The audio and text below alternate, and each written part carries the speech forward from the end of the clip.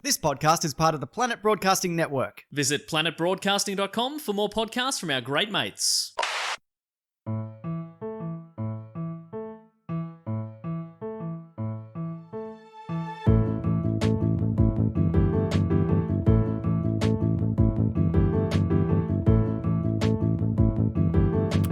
Hello and welcome to another episode of Do Go On. My name is Dave Warnicky, and as always, I'm here with Jess Perkins and Matt Stewart. Hi, that's Jess right there.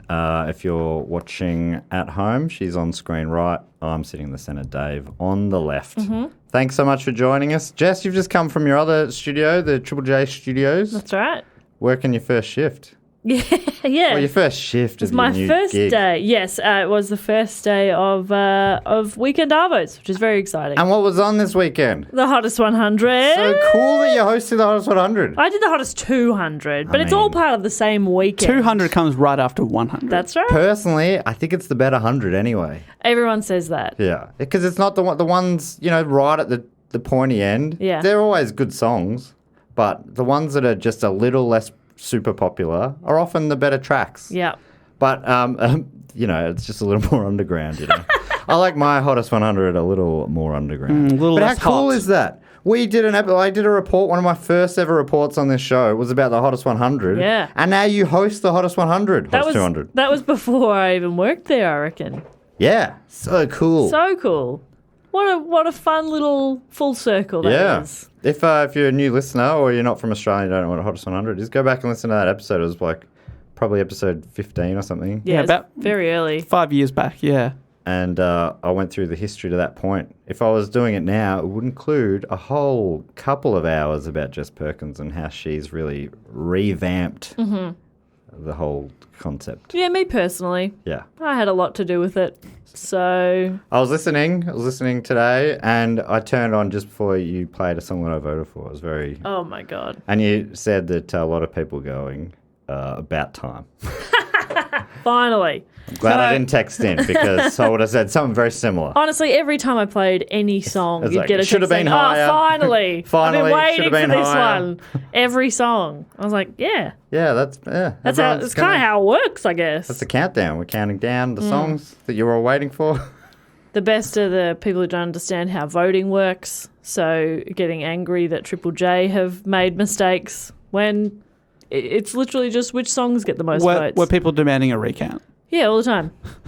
Recount. Come on, let's go again. That is funny. Yeah, it is funny when all those things that happen, like there's too many Australian bands, or there's not enough, or there's too many of a certain kind of music. There's not enough rock and roll. It's not as good as it was in the 90s. Yeah, it's very funny. It's because most of the musicians were not alive in the 90s. Yeah, they're like, where's Neil Diamond? It's over, buddy. It's What about over. Powderfinger? Oh, mate. Actually, there was a Powderfinger song that was eligible, I believe. Anyway, so yes, I've been talking all day and was very stressed because obviously with the countdown, like normally if you're like running out of time or you need to change songs around, you can just flick them around a little bit, play promos in different spots, whatever you need. Whereas this one, you had to play everything exactly as it's supposed to be played. Because if I played the wrong number or the wrong song, then I've fucked it. That would have been quite funny. That would be Would because, have been. who would know? You just go, oh, the order changed. Yeah. The bosses would Just know. emailing the person who runs the website. The people who have worked so hard over many months, they would know. Right. But anyway, I didn't make any mistakes. You sound so comfortable in there, Jess. Thanks so much. It's almost like I talk a lot. It's like you do it for a living. Yeah, it's crazy. You should get a job there. Do you reckon? Yeah. How do I do that? I don't know. Who should I ask? Go through the Should I ask my boss? appropriate channels. Yeah. Should I ask my boss for a job? Yeah, she'll know. Okay. Now, you've been talking all day, Jess, and you're about to do a lot more talking, but we thought we'd give you a load off for a minute now. Yeah. Because a couple of months ago, I put the call out to listeners at home who are musically inclined, if they'd like to send in a little jingle that explains the show, because we're so terrible at it. We're really bad at it. And we've had a few weeks off, mainly because we're bad at explaining the show. We're also bad at queuing up the songs that explain the show. That's right. We've had a bunch sent in, and I believe we've got a new one now. We do. This one is from Sean Muggan in Canada, and hopefully this will explain how the show works.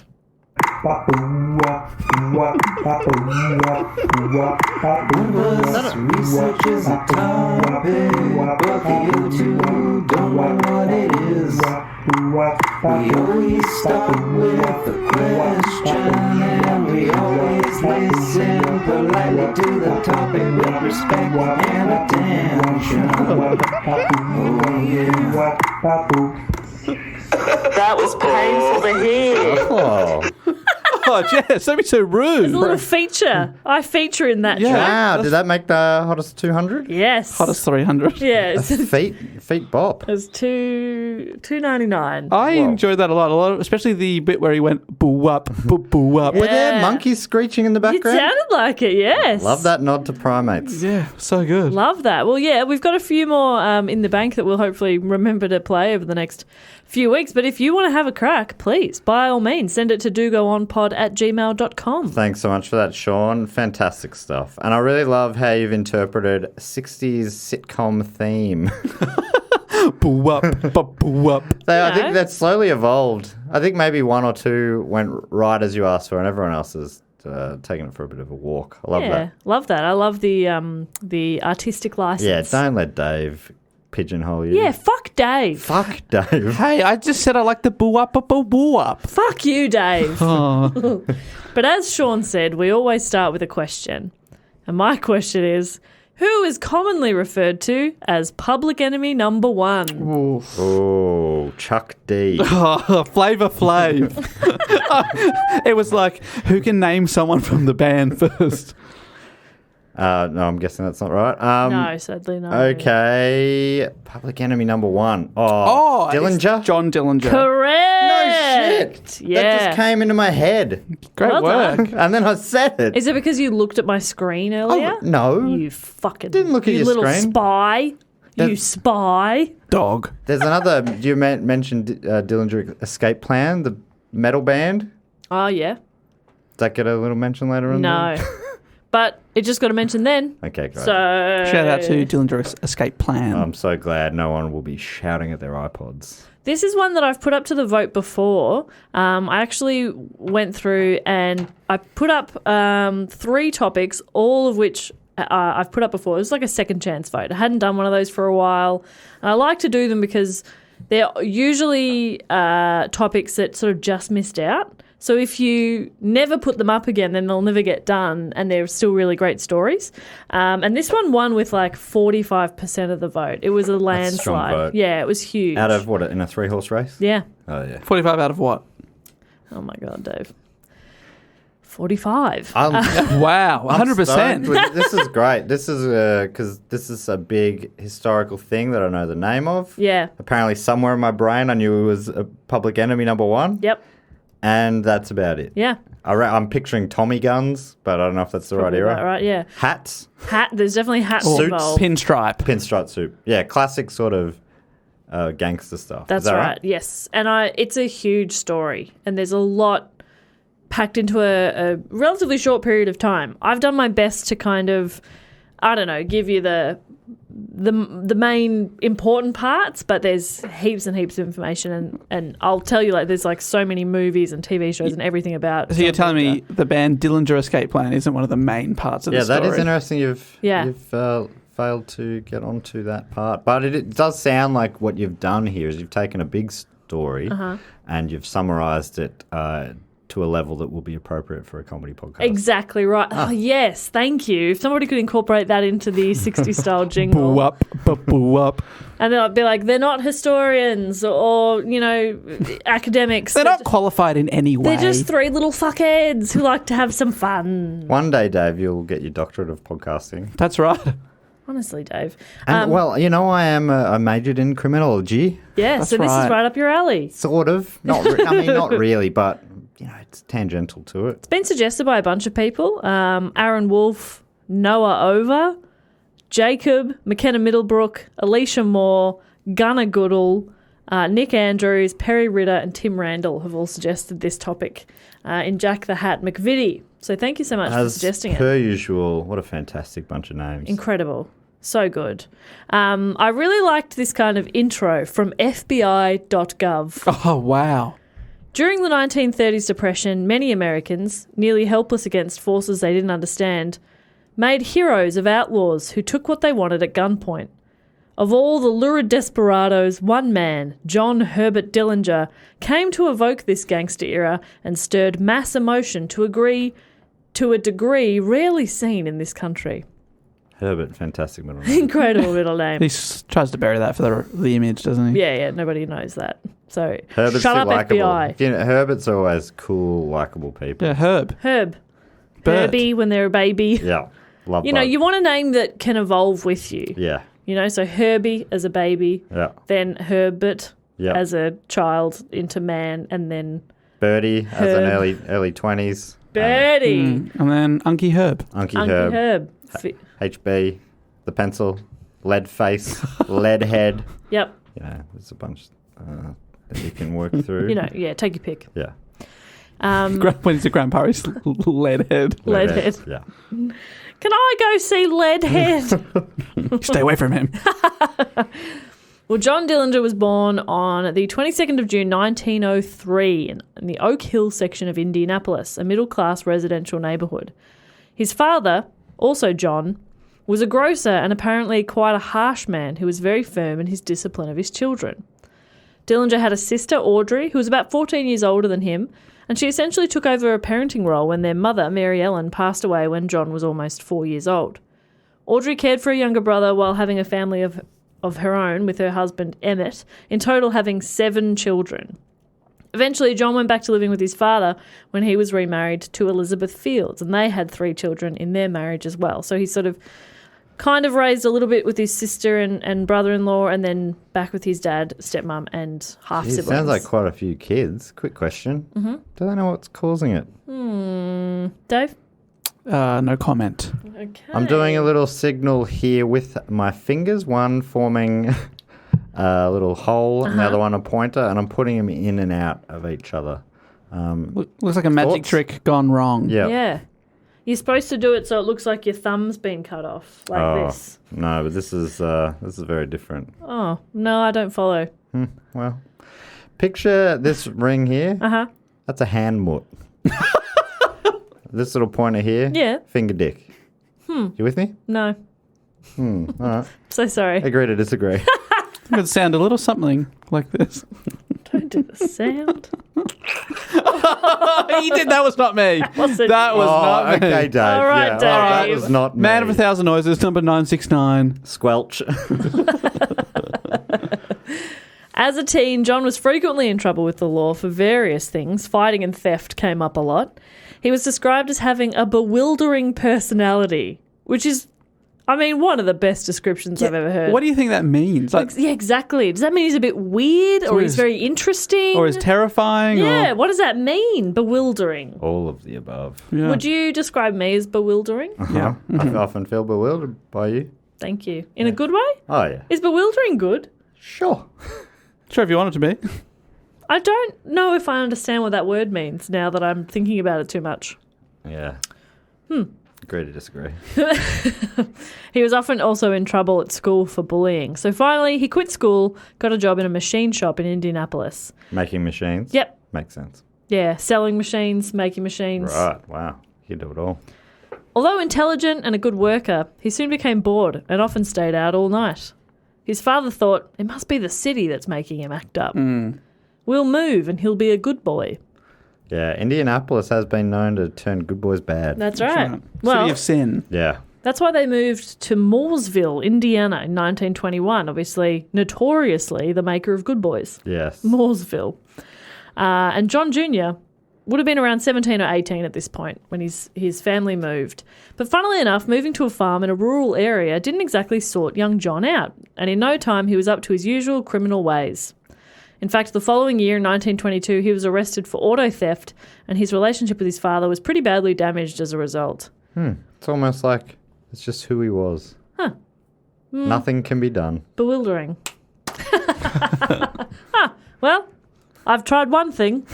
So, Well, we moved nearby. yeah, and we that moved doesn't help. not that far, and I'm still a bit of a prick to him. Yeah, I've continued to be a real bad dad, but Yeah, I'm still very, very did harsh. do the move. Though, So- in Dad's defence, like he's going out all night in the city. We're going to go out all night in the farm. He's just on the tractor all night long. Great. He's Going, playing on the field. Going on a joyride whilst bringing in the hay. Yeah, he's actually kind of helping out. Thanks, John Dew. He's really learning the ropes so he can take over the farm one day. That's the dream. But he doesn't know it. He doesn't know He it. thinks he's fighting the system, but he's really upholding it. Yeah. Well, in 1923, he enlisted in the U.S. Navy, where he was a petty officer, third class machinery repairman. Remember that he's worked in a machine shop. He's like, I built this thing. Yeah, I know how to repair it. And he was assigned on board the battleship USS Utah. Give me 2. And maybe this could be a turning point for John Dillinger. I think so. Bit of structure. Not knowing bit the of story, routine. maybe the trouble he's been up to already is what he's infamous for. You've just skimmed over it, Yeah. and he becomes a priest He was the first person to ever steal a car, so Yeah. public enemy number 1. Yeah, that's why he's so noteworthy. And then he just went on to do a lot of philanthropy. Wow. Nope, he deserted the ship when it docked in Boston and was dishonourably discharged a few months later. So he returned to Mooresville, where he met 16-year-old Beryl Ethel Hovius. Hovius. Beryl Ethel. Ethel. Amazing. It doesn't roll off the tongue well. Beryl Ethel. Sounds like it should be on the periodic table. The Beryl Ethel. Hydrogen, helium, Beryl Ethel. Beryllium. So the two were married the following year in 1924, and John and Beryl moved to Indianapolis and tried to settle down to a normal married life. But John struggled to hold down a job and be a good husband. Along with his friend, town pool shark and ex-con Ed Singleton. Thought that was going to be his name. Town pool shark. I mean, what a great title. Oi, town. Every town's got one. Town pool shark. Unfortunately, his name is Ed Singleton. Isn't that what a funny, the whole thing about being a pool shark is that people don't know. Oh, right. So you hang around and, bet How some do you money. fleece people off their money if everyone they knows? know. There's a pool shark.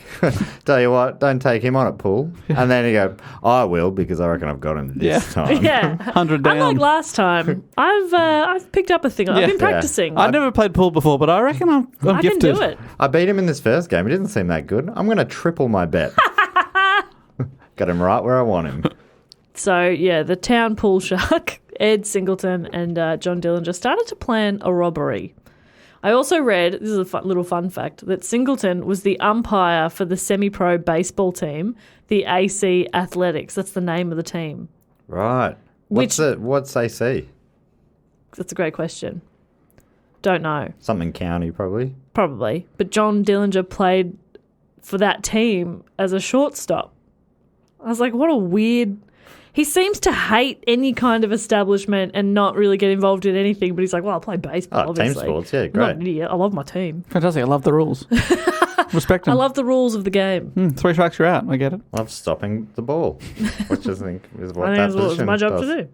At the short Distance. point. Distance. Yeah. So their big robbery plan was to rob a grocery store. Well, he knows grocery stores. Exactly. His Yeah. father's a grocer. He knows the ins and outs of the grocery. Yes. I hope he didn't rob his dad's store. Or maybe this is the comeuppance his dad needs Yeah. to break down the barriers and Just the two start a dialogue. Nothing like pulling a dialogue gun on your relationship. dad Yeah. to There's nothing really like get it. the emotion flowing. Yeah. Gets the blood pumping. Let's be vulnerable, Dad. Give me all your money. Give me your money. And then give me your thoughts and feelings. yeah. Yeah, give me your emotions. And then give me your appreciation. Yeah. And tell me you love I me. need validation, if I can be completely honest, Dad. Just Just a little bit of validation is all I That's all. need. I just needed to know that you're proud of me. And, you assume I know that, but you don't express it. So how can I know? I'll also take all the tobacco. Yes, if you Just don't in this mind. bag, please. Yeah. And quickly, please. Thank you. Thank you. You can hear the sirens. You don't want your son going to jail, do you? So they did. They enacted their plan to rob the grocery store, and they walked away with a whole $50. Cash. Yeah. Wow, okay. This is in the 1920s, so I guess that's, nothing to sneeze at, but it's not a huge amount of money. Sure. But while they were fleeing the scene, they were spotted and recognised, and they were reported to police. Hey, aren't you John Dillinger? No. No, shut up. Oh, God. This is before balaclavas. No, that's my brother. Bob. Okay. Bob Dillinger.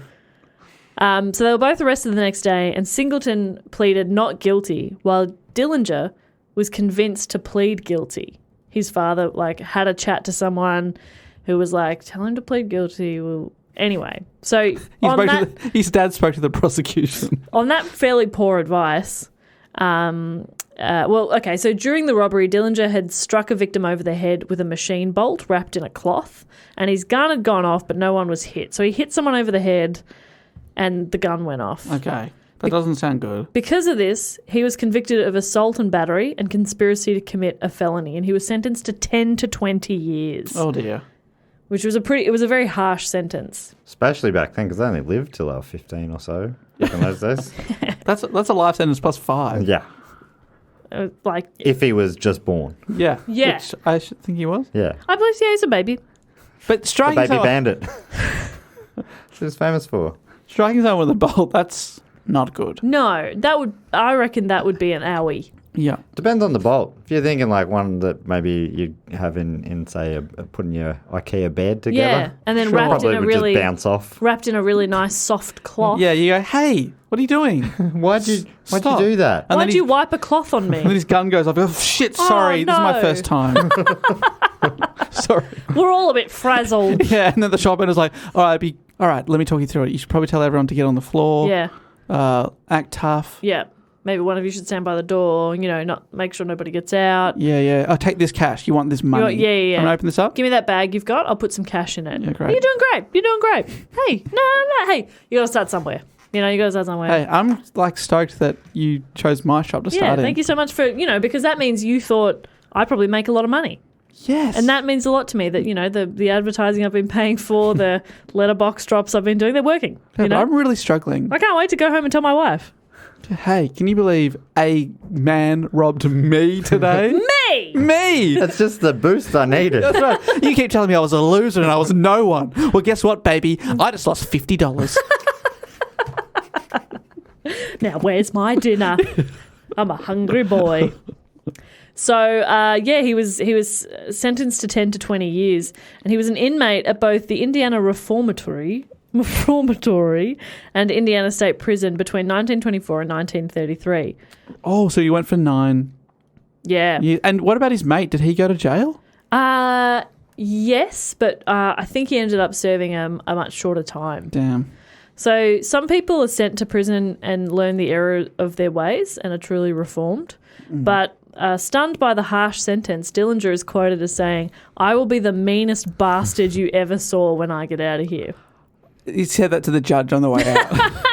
It really cemented his fuck you kind of. Oh, okay. Yeah. So during his time in prison, he befriended seasoned bank robbers, Harry Pete Pierpont. I don't know why your name's Harry. I don't know why they're calling you Pete, but Charles Mackley, Russell Clark, and Homer Van Meter, who taught Dillinger how to be a successful criminal. Homer Van Meter. It's a great name. Hard to fly under the radar with that name. He comes up again later, Homer Van Meter. This is getting into a lot of stuff that went through my degree, criminology stuff about prisons not necessarily being the reforming institutions that some people hope they can be. Yeah. It doesn't necessarily feel like a great idea to put a bunch of criminals together. It feels like that he's, rather than sitting there and thinking about what he's done, he's thinking about what they've done to him. Yeah. And how Exactly he can get right, back at them when he gets out. Yeah.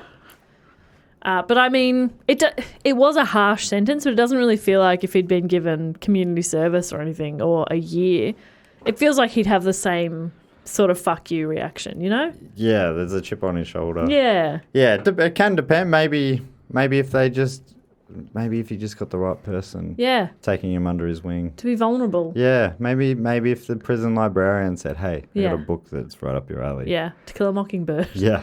Real Whoa. good. And it's on the down low. I don't think it's quite been written yet. I've drafted it. It's a manuscript. Don't show anyone. Please. Please, it's my life's work. And then it turns out John Dillinger doesn't know how to read, so that he teaches him to read, and it's this beautiful moment, and he learns to really grow through reading. Oh, that does sound beautiful. But that's not what happened. Oh. I know. Sorry. Disappointing. So he's met all these seasoned bank robbers, and so they spend their time in prison planning bank robberies they'll commit once they're released. So he's really committed to his chosen life of crime too. Apparently while he was in prison, he studied the robberies of Hermann Lamb, a former Prussian army soldier who believed a heist required all the planning of a military operation. Right. And he's presumably written books about bank robbery, and then in the prison library, they, for some reason, keep these books. Again, not the best prisons. How to kill a prison guard. 101. What you want to do is you want to find the prison guard named Gary. And Gary's like, Oh, shit. come on. So you really have to appreciate the level of commitment to crime.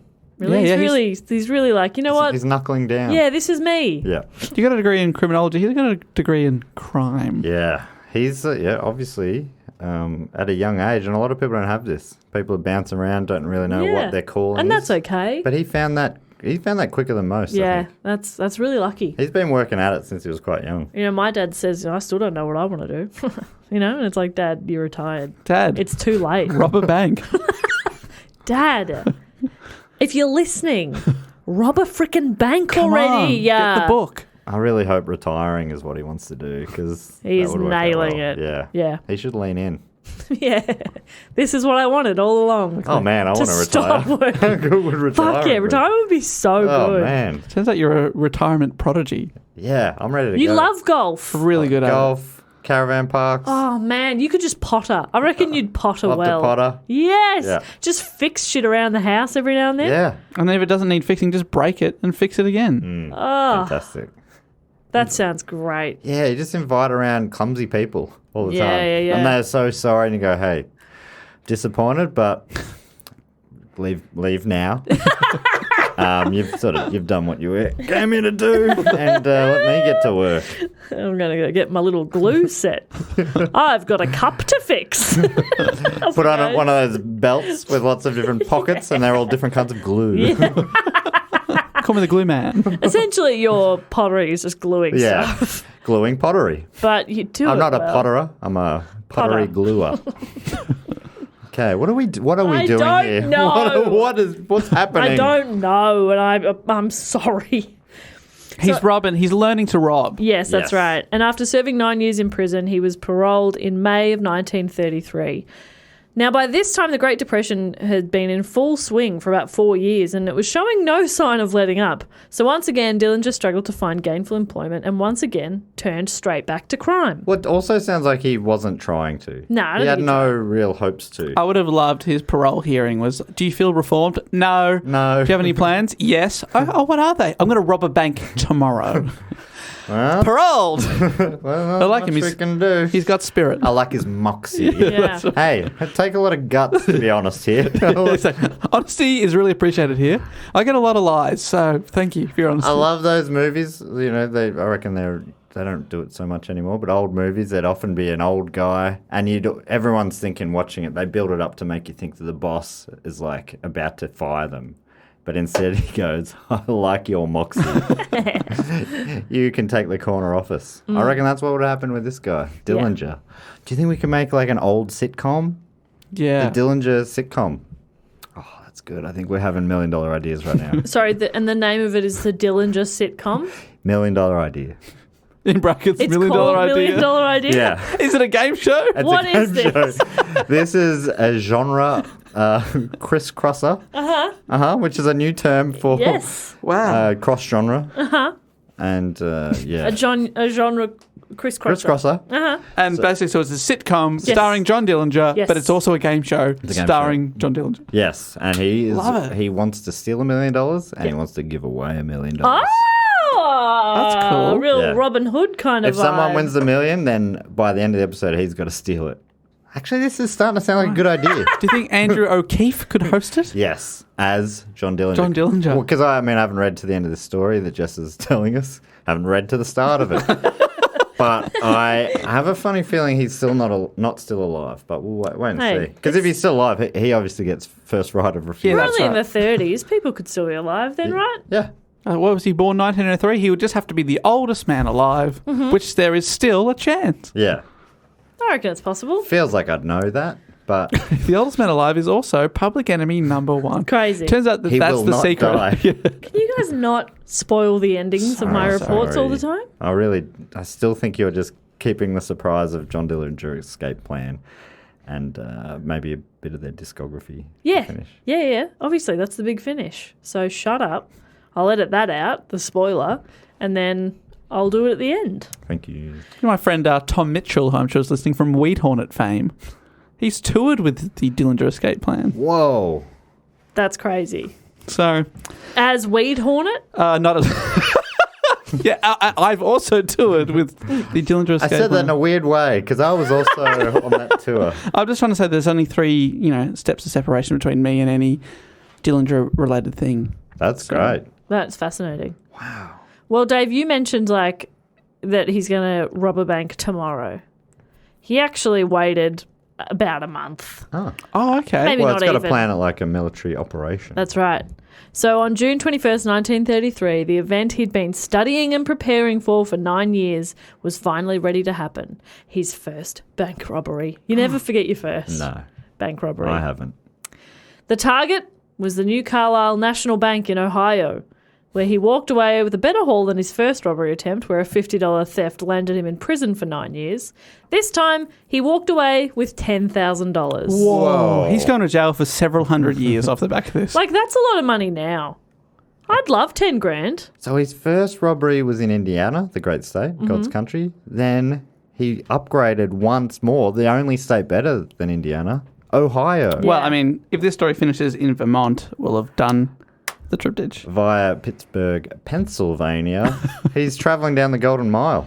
He's having a great time. Wow. Is that why it's called the Golden Mile? Yes, because of John Dillinger. We're learning a lot today. I know. A couple months later in August, he also hit a bank in Bluffton, Ohio. This time, though, he was tracked down by police quite quickly, and he was charged with both robberies. When the police searched him, they found a piece of paper which appeared to be a prison escape plan. They interrogated Dillinger, but he refused to say what it was. So they just let it go. What, Yeah. Did it have a heading? Prison escape plan? They're like, I don't really know why he would need this. He's not in a prison. We'll let it go this time. But it would soon be revealed because, as it turns out, when he was in prison the first time, he'd helped plan an escape of 8 men by getting friends to smuggle in guns, which they used to escape a few days after Dillinger's release. So once they'd all successfully escaped, they rendezvoused and formed the Dillinger Gang. Oh, and I can only assume that was a Dillinger escape plan. Yes, that's right. That was the titular escape plan. Can only assume. Whoa, and I mean, he's held on to this escape plan for over a month and it's still on his person. Yeah. What a weird thing to do. Well, when you're proud of something, you I don't file empty it my away. pockets that often either, I guess. I've got receipts in this handbag that are from shit I don't care about. Yeah, different heists from last century. Exactly. So now he's got the crew now. Yeah, he's got a gang. So anyway, he's arrested for these 2 bank robberies, and he was taken to Allen County Jail in Lima. And members of the Dillinger Gang impersonated Indiana State police officers and claimed they were there to extradite Dillinger to Indiana. I hope they impersonated him not by wearing their clothes, but by doing their voices. It's me, Darren. I'm one of them Indiana cops. They're all Greg. they're in stripes, like they're in the prison outfits. Yeah. They're not prisoners, but they're in prisoner outfits going, "It's me, But they sort of, Willie." they walk into the room and they go, if I was an Indiana police officer, I think it would go a little something like this. All right, guys, I need a situation and I need, I need a job and a location. Prison, Indiana guard. Oh, I've got this one. Oh my god, this is perfect. Oh, easy. Thank you. And they're just mesmerised. Everyone Yeah. is absolutely fooled. And Dillinger just sort of sneaks out the back. Yeah. While the impersonators are getting a round of applause. Yeah. Wow. Standing ovation. Bill Clinton with a saxophone. I knew it was you. That's an impression. All right. I think if Bill Clinton had a saxophone, it would go a little something like this. No, I did not have sexual relations. Is that him? Yeah, You that's said relations. Did he say weird. relations? Yeah, but you said it. You said something different. No, but I nailed it. That's how yeah, he said it. that's how he said it. That's the state he's from's accent. Ah, okay. There's a big debate going on. And meanwhile, John Dillinger just sneaks out the back. He said relations weird. No, that's how Bill Clinton said it. No, that was a good impression. It's actually a very accurate impression. So when Sheriff Jess Saber questioned the men, they shot him dead and released Dillinger from his cell. So they shot the sheriff. Oh, no, I didn't mean that. Wow, so many things are named after this. They And escaped. the deputy, any word on him? He did not kill the deputy. They escaped back to Indiana where they joined the rest of their gang. Well, that's confusing. Now there's 2 escape plans. Right. I know. It's all over the place. Which one is it? We could form a new band. Dillinger escape plan, in brackets, the second one. So the gang consisted of Pete Piermont, Russell Clark, Charles Mackley. They're all ones that he'd met in prison earlier, but also Ed Schaus, Harry Copeland, and John Red Hamilton, a member of the Herman Lamb gang, the bank robber who Dillinger had studied while he was locked up the first time. Wow. got someone he who would was have on the had inside. butterflies in his stomach, wouldn't he? Talking to him. Big fan. Big Let fan me of just your say, work. Big fan. Big fan of your work. Please don't let me step on your toes. So for the next year, the gang employed military-inspired tactics to undertake a massive string of robberies.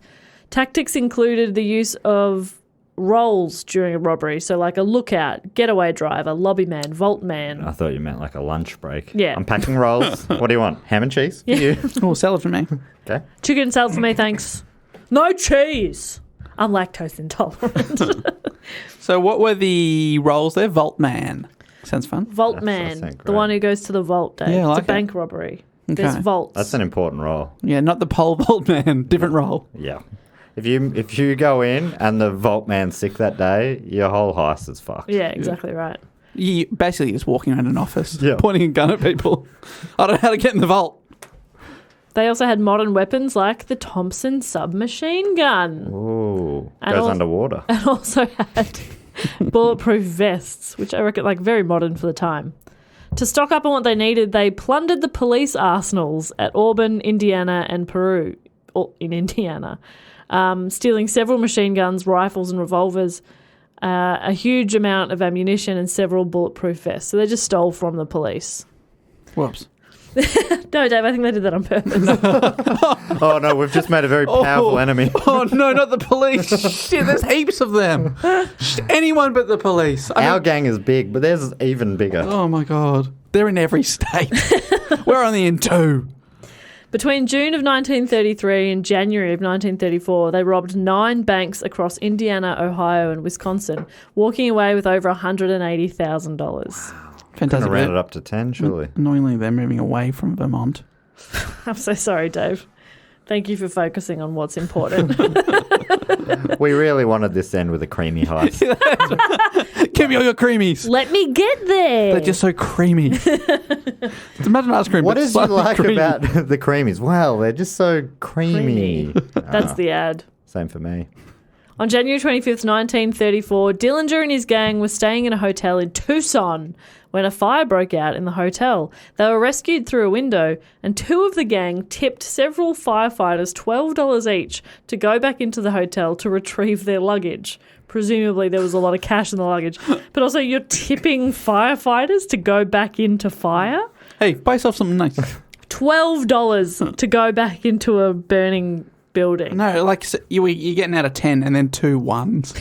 Yeah, what do you reckon? Let me sweeten the deal a bit. That's actually, people don't know this, but that's how firefighters make a lot of their wages. Little tips. Yeah, the hospitality environment over there isn't great. Like, yeah, I could rescue your wife. It's going to cost you. Yeah. So the good firefighters are the ones who are really charming. Yeah. Yep. And who like fight the fire without a shirt. Yeah. You know, safety, schmafety if I'm Yeah. going to make $50 in tips tonight. Dollar bills down the fireman's G-banger. G-banga. Fortunately, they're not allowed to wear safety gear because they've got to try and be sexy. Exactly. One of the firefighters, though, got a good look at them and later, while looking through True Detective magazine, recognised a few of the gang members and reported them to police. Oh, that is unlucky. That is unlucky. Police that the tracked magazine them. didn't burn in the fire. Yeah. Yeah. But they're looking at Mugshot Monthly. All right, just a little bit of light reading. Just going to flick through these faces. I'm at the thought this was dentist, so what else would I do? Thought it was a real boon for my career when I got a feature in Mugshot Monthly, but Turns it's out really it got me bloody... absolutely pinned. backfired. So police tracked them and one by one captured the members of the gang. Pierpont and Mackley received the death penalty. Okay. That's one of the worst ones. That is, while Clark received a life sentence. On September 22nd, Mackley was shot dead by guards when he and Pierpont attempted to escape with fake pistols that were carved from bars of soap and painted black with shoe polish. Pierpont was wounded and executed on October 17th. If it was your first time to a court case and you didn't know much about it, your mate goes up first, gets the death penalty, you're up next, and they give you life, wouldn't you be like, oh, great. That means... Life, whole life. Thanks so much. This is the so I just get to live. Fantastic. Because death obviously is bad. Life is great. And you go to walk out of the court, it would be pretty embarrassing way to start your imprisonment. Don't you think? You're trying to walk... Hang on, why are you putting the cuffs on me now? Yes, I thought you just gave me life. Thank you. Thank you for so life. much. I will live it to the fullest. Thank you so much. I will go rob some more banks, I guess. Yeah, let me bid you adieu. I won't need these cuffs. Your Honour. But imagine, I sentence you to life. Yes! Let me finish. Imprisonment. Oh, fuck. Oh, that's misleading. Come on. Objection. Objection. You're building me up to tear me down. What is this, Tucker's Daughter by Ian Moss? What the fuck? Well, No, I don't want an back then explanation. that reference Oh. wouldn't have gone down very well because the song wasn't released until the 80s. But luckily now, you're killing. now it's around that sweet spot. Everyone listening just stopped and applauded. So, Really? Yes. Well, a small amount of people did. Probably Mossy's band. Can you explain that to me later? I can try. Can you not explain that to me later? Yes. It's just the chorus of that song. What I've just been sentenced to life and I want to live it. You build me up just to tear me down. Oh, okay. Yeah, that was worth it. So Dillinger was taken to the Lake County Jail in Crown Point, Indiana, and was to face charges for the murder of a policeman during their latest robbery 10 days earlier. The local police bragged to newspapers that their jail was escape-proof Oh, no. and that they had extra guards keeping an eye on Dillinger. But let's remember that the Titanic was the unsinkable ship. Oh, okay. Oh, no. Good clue there. Someone's going to sink the prison. Because on the morning of Saturday, March 3rd, 1934, Dillinger produced a pistol during morning exercise, catching the guards by surprise, and managed to escape without firing a shot. Oh, wow. That That was was, just like captured by walked out. surprise, wasn't it? Wait, you shouldn't have that. Wait, what's that? this is exercise. You just have a tennis racket. That's no good Oh, a on the court. lacrosse stick. And then they look down at their gun holster and there's a tennis racket in there. They're like, oh, shit. Damn it! He is good. Turns out he's good at sleight of hand. Up close magic. Ba-ba-ba. There was speculation as to whether the gun was real. FBI files indicate it was a carved fake gun. Oh, who are these cops? A fellow inmate claimed that he'd seen Dillinger carve it with a razor and some shelving from his cell, but others claim it was a real gun that had been smuggled in by one of his attorneys. Who's being convinced by A bar of soap. wooden or a bar of soap? Yeah, I know. Because the other guys had bars of soap that they painted black with shoe polish. That's not convincing. Why does your gun smell like lavender and why is it crumbling? And why does Phil over here have a bazooka on his shoulder? Made of toilet rolls.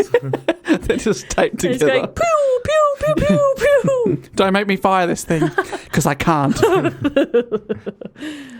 Within hours of his escape, Dillinger went to meet up with his girlfriend, Evelyn Billy Frachet. Oh, what happened to That did not last. the worst name I've ever heard? Beryl methyl ethyl or something. Oh, Beryl ethyl. Beryl ethyl. Oh, so the new girlfriend. Ethylene. He's upgraded to. Billy. Okay. Billy Frachet. Frechette. Oh, Frachet. Everyone's got three names in Frechette. this story. I know, it's very confusing. None of them make sense. It's because they normally do this for in crime stories, don't they? So Everyone's just got in a case nickname. anyone's like, hang on. If I know a Beryl Ethel, beryl methylene. Yes. Yeah, No, that's different. a different one. So I think, isn't that why they do like murderers and stuff in America will normally have 3 I names? think it also doesn't ruin the name forever. You're like, oh, I'm Mark Chapman. Not that one. Yeah, I'm don't Mark worry. Gary Chapman, for Yes. example. Who's Mark G. Gary Chapman? Mark David Chapman, Right. the John Lennon murderer. Yes, he really ruined that name. He Yeah. really ruined Mark David Chapman. Whenever I hear it, I think, oh, How that's dare the you. guy who did he? What did he do? JFK. I get my assassins mixed up. So the couple travelled to the Twin Cities and stayed in an apartment in Minneapolis for just over 2 weeks, presumably lying low. During this time, he met up with John Red Hamilton, the one who had been in the Herman Lamb gang. And they formed a new gang, seeing as a bunch of their guys had just been caught and sentenced to death. Oh, I mean, that really does put a dampener on the gang. There's a little bit. Yeah, but job vacancies. Hey, in this economy. No. And they kind of merged gangs. Their new gang consisted of themselves and Babyface Nelson's gang, another very famous bank robber of the time. And it included Babyface Nelson, Homer Van Meter, Tommy Carroll, and Eddie Green. They've formed a supergroup. Yeah, no. Playing they- all the hits. They did not waste any time. 3 days after Dillinger's escape from Crown Point, the second gang robbed a bank in Sioux Falls, South Dakota. A week later, they robbed First National Bank in Mason City, Iowa. Now, there's a Wikipedia page that breaks down all of the activities of the Dillinger gang. But if I went into all of them into detail, we'd be here for hours. They're It's going huge. all over the map. Yeah, they're travelling around a lot, and there's a lot of details in the breakdowns of each robbery. It's linked in the episode description here if you want to read more about it. But there's something that I think we should mention. This is a quote from the write-up about the robbery in Mason City. So it says, meanwhile, crowds began to form outside after word had spread that a robbery was in progress at the bank. Whoa. Imagine crowding around to see a bank robbery. This is exactly what you talk about all the time. That people will turn up for anything. But this is dangerous. Why would you turn up and watch some That's people crazy. rob a bank? Hey, Ma, the banks are robbing. Grab the chillin'. Grab over. If a crowd can form, surely the police can also form. Well, I know the cops are always the last ones to find out. what? Oh, for God's sake. James, Everyone else heard it on the grapevine. Everyone's calling around. No one's calling the cops. Yeah, bank robbery, pass on. Don't tell the cops. well, James Buchanan was an off-duty officer who had grabbed a sawed-off shotgun when he heard about the robbery and hid behind the Grand Army of the Republic Monument. Unable to fire because of the crowd of people, he instead exchanged barbs with Dillinger. Oh, did a barb exchange. Of the robbers, Dillinger was the only one for whom a clothing description could be provided. Light grey suit, dark overcoat, and a dark hat. Buchanan called back for him to get away from the crowd, and he would fight it out with him. He's like, hey, move away from the crowd so I can get a clear shot of you. Yeah. Oi. Or are you a coward? Dillinger, can you take a few steps to the right so I can shoot you, please? Hey, do you want to go? Let's go, you and me. We'll just step into the back of this police car and then I'll fight you. Are you a real man? Are these the barbs he was offering? Yeah. Buchanan said that Dillinger's upper lip turned into a snarl as he talked. Dillinger, armed with a Thompson, drew a .38 from an inside pocket and fired at Buchanan, but missed. So that's the little write-up there about it. But I just found that so interesting that, like, crowds are forming. Are they like cheering and wooing? I don't know. Or are they just kind of looking? It's baffling. Because it's just, like we said, a super group. Yeah. There are 3 different famous gangs. How coming often do you get together. to see Dillinger in South Dakota, you know? Yeah, he doesn't tour through too often. Babyface is out the back signing autographs. Yeah, they normally just do the major cities around the coast. Yeah. But yeah, Yeah, regional. Wow, they must have got a tour. grand. Yeah. Good on them. Good on him. And, you know, thanks for coming to town. A few days after this robbery on March 20th, 1934, Dillinger and his girlfriend Billy moved into apartment 303 of the Lincoln Court Apartments in St. Paul, Minnesota, using the aliases Mr. and Mrs. Carl T. Hellman. Carl. The landlord was a woman named Daisy Coffey, and she would spend her evenings furnishing apartment 310, which was directly across the courtyard from 303, which meant she could observe Dillinger and Billy. So she must have known who they were. Oh, a bit of a or at perv. least been suspicious, or she was a pervert. Just like, Oh, yeah, take it in the mail. Oh, yeah. I oh, like yeah, that. cooking dinner, are you? Oh, okay. Well, what's on the boil? Yeah. Potatoes. I can smell it from here. I love potatoes. Hey, can I have some? Can I have some spuds? You can smell boiled potatoes from here. She's a perv. She's a perv, Matt. They've got heightened senses exactly. of smell. The Right. They're perv. set off by anything, those pervs. This is you. You see, you're just pretending you don't know that because you're a perv. Yes, come on, perv. Come on, perv. Well, I mean, I can prove it to you. Make a smell and I'll tell you if I can. Don't what it tell is. me to make a smell Yeah. in a small room. Way ahead of you, buddy. I can't. You have not picked up on it. Dave's taking his That's what I'm shoes trying off. to tell you. I've been shitting myself all night just to test this perv. Smoke him out. No, that's why you've been shitting Yeah, that's yourself right. all night. Yeah, because For science. the moment Matt goes, "Can you smell something?" Got him. This one's a perv. You bloody perv. Put her away, perv. But Dave, I haven't, which proves I'm not a perv. Damn it, you're too good for And me. that you're just sitting there in your own That's true. shit. Yeah, that's right. Turns out we're all whiffing. Dave, I mean, talk about a plan backfiring. Awful stuff. Backfiring is what he calls it. Yeah, I've backfired a few times tonight. We have fun. So Daisy Coffey, the perv, is watching them through Yes. I imagine through the blinds, just pulling him down one by one. Pretending she's cleaning. Yeah, she's cleaning like the front windowsill for 6 hours at a time. Yeah. And Perv. they moved in on like the 20th. On the 30th of March, she went to the FBI's St. Paul office. I've just, for some reason, find it funny you can just go to the FBI office. Yeah. But I suppose you can. Anyway, so she's gone to file a report telling them where the couple was living and about their new car. You know, just giving them a bit of detail. Yeah, and he wears boxers, not briefs. Yeah. So don't know if that's important. but I'm I've not seen writing it. that down, Miss Coffey. I'm sorry. Please leave and put on some pants. You perv. You perv. You smell like shit, you You perv. smell like shit and potatoes. Perv. The FBI is calling you a perv. But also, thanks for reporting out Public Enemy #1.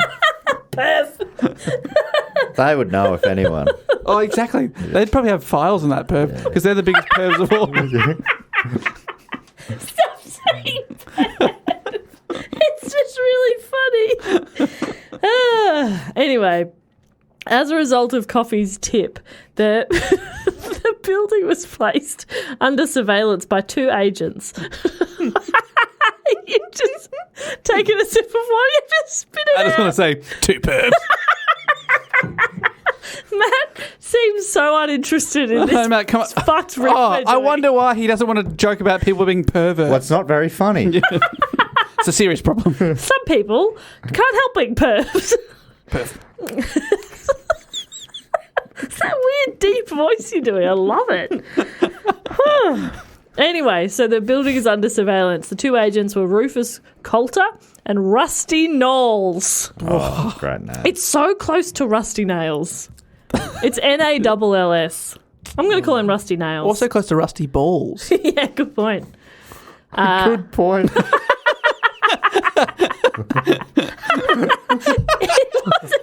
Thanks for your contribution. It's close. Good point. What were you saying to us off air, Matt, that you were playing golf with Broden from Auntie Donna and he said he likes listening because you can zone out for a bit and come back in and you will eventually get back to the story? This is definitely one of those Yeah. bits. Yeah, he said it's. You don't have to concentrate too hard, and you'll still hear the story. You can zone out. How could we expect people to concentrate hard if we can't? Yeah, Exactly. that's right. That's not fair. So, Rusty Nails Balls. sat outside the building Good point. and saw.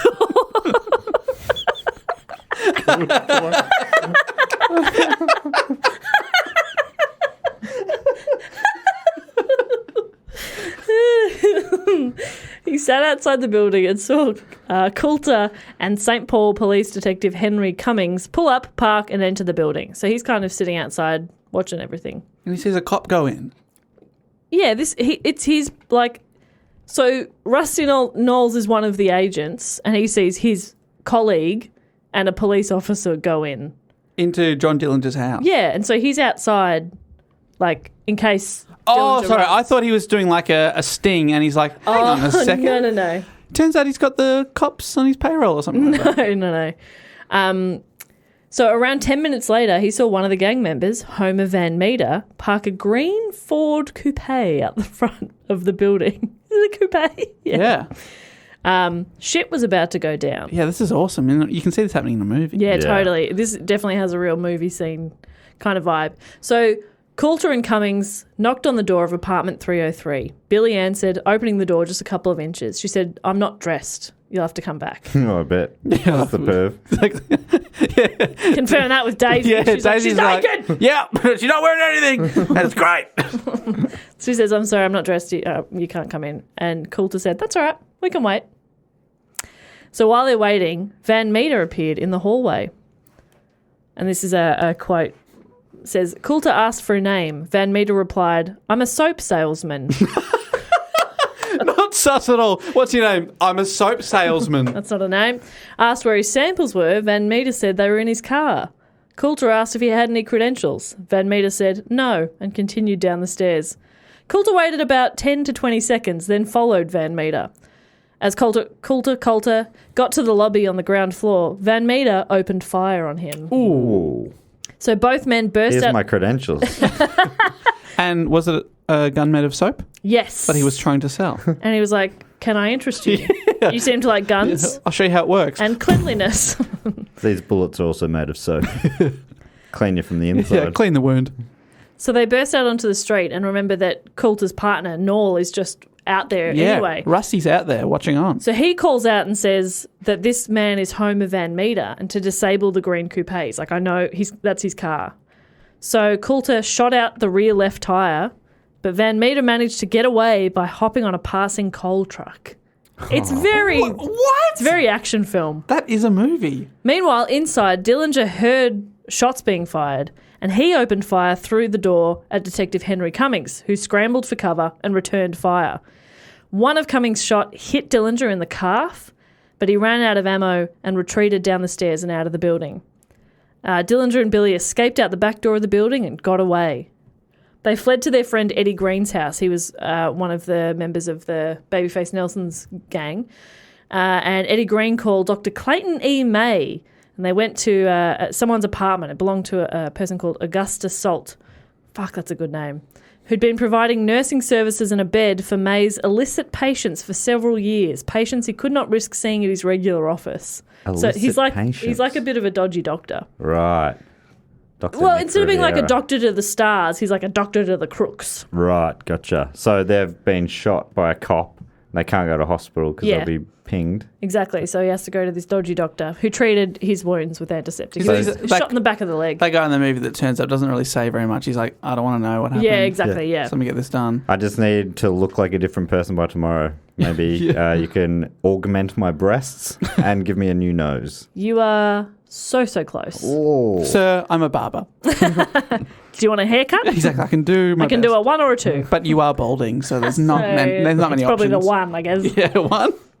1? Great. That'll be $5. So after these events, Dillinger took Billy to Mooresville to see his family. I don't think he'd been back there for a while. On Sunday the 8th of April, the Dillingers enjoyed a family picnic while the FBI had the farm under surveillance nearby.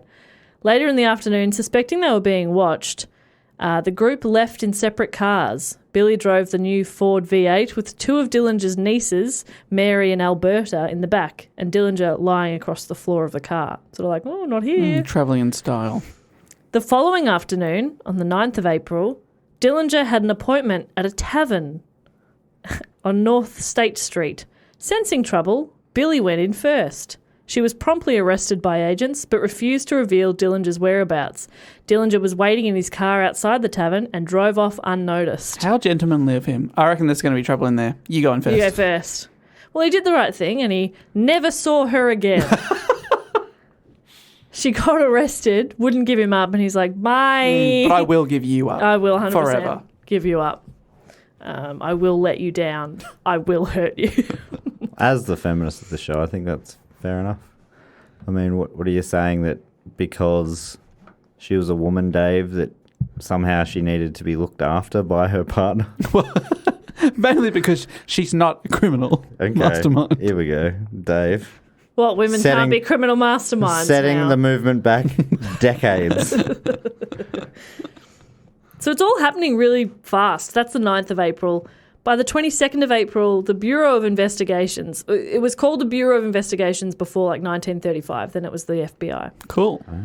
They got a call that Dillinger and several of his mates were hiding out in a small vacation lodge called Little Bohemia in Wisconsin. That sounds nice. It does sound nice. A lodge. I'm imagining a lake. Yeah. Beautiful. Fishing. Yeah. Whereabouts is Wisconsin? Sit by a fire for a bit. It's one that I would never be able to place on the map. No, I don't That think sounds I like could the either. Midwest. Right. Okay. Special agent in charge, Purvis, and several... Purvis. Purvis! Purvis. Oh. Bloody perv. What are the odds of I there know, being a incredible. character called Purvis? There was a Purvis amongst us all along. Ugh. So he and several agents approached the lodge when 3 men exited the building and began to drive off. Agents yelled for the car to stop, but the men had been drinking and didn't hear the agents. You know how when you get so drunk you can't hear anymore? Yeah. But you still yeah, want to mate. keep driving. Oh, you can drive, but you can't hear Driving shit. goes fast. Yeah, I don't Hearing drive first. with my ears. Yeah, it goes hearing, driving, seeing. Yeah. You can still drive without hearing. And smelling never goes as long as you're a perv. Purvis. So agents opened fire on the car and the driver was killed. Oh, but they still kept driving because they did not hear the gun. They could still smell their way. The driver was killed. That's not... It's not good, is Good. it? So Dillinger and some of the gang were upstairs in the lodge and began shooting out the windows. While the Bureau of Investigation agents ducked for cover, Dillinger and his men got out the back of the lodge towards a lake. That's why I was thinking lake. And were able to get out of the area very quietly. Once again, they got away. They just keep escaping. Yeah. By July that year, he'd dropped completely off the map. There were no leads as to where he could be. And as it turned out, he'd ended up in Chicago and was living under the alias Jimmy Lawrence. The Windy City. Chicago. Jimmy Lawrence. Good name. Yeah, it's not bad. Desperate to change his appearance, he paid $5,000 to Whoa. enlist the services of Wilhelm Looser and Harold Bernard Cassidy, a pair of underworld plastic surgeons. Underworld. Do they focus on the nether regions? Yeah, they'll make your dick smaller. Yeah, that's right. Mate, I can't make it big. I can make it smaller. I can make it smaller. Anyone who's seen your chop it will no longer be recognisable to them. I'll lop the top of your chop. I'll shred no it. worries. You'll have a shredded chop. Exactly. So that Daisy Coffee will not recognise you anymore. Well, after an Think about how nervous you'd be getting plastic surgery today. yeah, And imagine back then. What year is this? 1910s? 30s. 1930s? And also, they're not on the books or anything. Yeah. Yeah. So, yeah. This is in the golden age of plastic surgery, I think. Well, they anaesthetised him with ether, which is commonly used as a solvent in labs now and as a starting fluid for some engines. So that's good. And they gave him a rudimentary facelift, removed several moles and scars, filled in his famous cleft chin, and used chemicals to burn off his fingerprints. Oh, okay. I love how they removed scars and probably created a few others. Yeah. The procedure proved excruciating, and Dillinger was decidedly unsatisfied with the results. Apparently, upon looking in the mirror, he supposedly exclaimed, "Hell, I don't look any different than I did." But at least it was painful. Yeah. So they just cut off some moles. And burnt off his fingertips. Was it Krusty on The Simpsons when he had a similar thing done, but it just made him look... and he's like, I don't look any different. Well, Krusty, I would say you look at least 5 years younger, and your breasts... yeah. What is it? Hey, you didn't hear me complain about the breasts. Under the alias of Jimmy Lawrence, Dillinger met 26-year-old Polly Hamilton. She'd been a teenage runaway who met Anna Kumpanash, a.k.a. Anna Sage, and worked periodically in Anna's brothel in Gary, Indiana. Whoa. Wow. I want to visit that brothel. Perv. Polly and Dillinger hit it off and began dating. Meanwhile, Division of Investigations Chief J. Edgar Hoover created a special task force headquartered in Chicago to locate Dillinger. Right. It's like a special task force now just for him. Anna, how did I say her name before? Anna Kumpanash. I really hope that the first time he gets caught, they're like, geez, he looks like him, but that mole isn't there anymore. And we all know moles don't go away. Moles are forever. Yeah. Anna Kumpanash was a Romanian immigrant. Anna Kumpanash was a Romanian immigrant and had been threatened with deportation. So in a bid to save herself from being deported, she offered agents information on Dillinger. The FBI agreed to her terms, but she was later deported nonetheless. Oh, dogs. She told them that Dillinger had been spending time with her friend Polly, who lived with her and her son. She told them that the couple were going to see a movie together the next day, although she wasn't entirely sure which theatre they were going to. There was 2 options. So the next day arrived and Dillinger asked Anna if she wanted to come to the movies with them. And she asked what they were going to see. And he said he'd like to check out the theatre around the corner, meaning the Biograph Theatre. So not wanting to raise suspicion, she said she needed butter in order to make fried chicken for dinner. And while she was out, she called the FBI agents and informed them which theatre Dillinger would be at that night. I mean, that's a perfectly normal conversation. Do you want I need butter! Want to come to the movies? Sure, where are you going? Oh, okay, great. I need butter. Are you coming to the movies? Butter, fried chicken, butter. Gotta call Butter! Edgar Hoover. I have to call J. Edgar Hoover. So not wanting to take the risk of another embarrassing escape from Dillinger, the police were split into 2 groups. On Sunday, one team was sent to the Marbo Theatre on the city's west side, while another team surrounded the Biograph Theatre. I don't think it's good they split the party, to be honest. But Never split the party. Good point. At approximately 8:30 p.m, Anna, Polly and John Dillinger were observed entering the theatre, which was showing the crime drama Manhattan Melodrama, starring Clark Gable. That's fun. Just a little fun fact there. yeah. Fun. Clark Gable, one of the greats. One of the best, Probably. I guess. At the time, federal officials felt that the Chicago police had been compromised and therefore could not be trusted. But during the stakeout, the theatre's manager thought the agents were criminals setting up a robbery, so he called the Chicago police, who dutifully responded and were waved off by federal agents who told them they were there on a stakeout for an important target. So they called the police and the police turn up and these agents are like, fuck off. They're like, this is not your jurisdiction. Yeah. You're going to blow. We'll put months into this. Yeah. When the film ended, FBI agent Melvin Purvis stood by the front door and signalled Dillinger's exit by lighting a cigar. That was the signal. Both he and other agents reported that Dillinger turned his head and looked directly at the agent as he walked by, glanced across the street, then moved ahead of his female companions, reached into his pocket, but failed to extract his gun and ran into a nearby alley. So he's like, cop! That's a cop! That's a narc! You know them when you see them, don't you? You know, These like, cops. always They lighting reek. cigars. Because he's lighting a cigar and going, oh, God. That's awful. That is fucking awful. Oh, my God. I've never smoked before in my Why life. do people smoke these? What? Oh! Jesus. Woo. Other accounts stated Dillinger ignored a command to surrender, whipped out his gun, and headed for the alley. Regardless, he's run into an alley. Run into an alley. We're not sure if he's Got a gun or whipped it out or not. but agents had already had this alley blocked off, so he was fucked. Uh-oh. 3 men pursued him into the alley and fired. Clarence Hurt shot twice, Charles Winstead 3 times, and Herman Hollis once. Dillinger was hit from behind and fell face first to the ground. He was struck 4 times, with 2 bullets grazing him and 1 causing a superficial wound to the right side. The fatal bullet entered through the back of his neck, severing the spinal cord, passed into his brain and exited just under the right eye. Oh. That sounds bad. It's pretty bad. And The first 3 sounded good. It's like, Yeah. yeah, he's going all right. Yeah. His luck continues. He's got a couple of new scars. Yeah.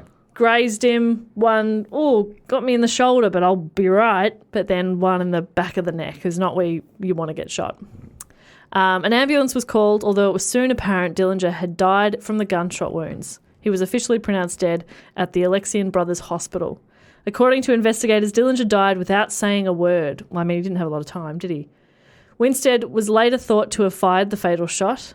and as a consequence received a personal letter of commendation from J. Edgar Hoover. Imagine getting a letter for killing someone. I mean, like that you'd be like, thank you. Yeah, do I put this on my CV or? Yeah, I'm not sure. J. Edgar Hoover is something about that name. It just rolls together. Yeah. I don't know how many words are in it. There could be 7 parts to that name or 2. I don't know. J. Edgar Hoover. How many? Edgar Hoover. What- 5. What is it? Is it 3 names? J. Ed Gahoover. Yes, that's right. Is that it? His name is J. Edgar Hoover. Hoover! Yeah, it's German. It's beautiful. It's a beautiful name, Gahoover.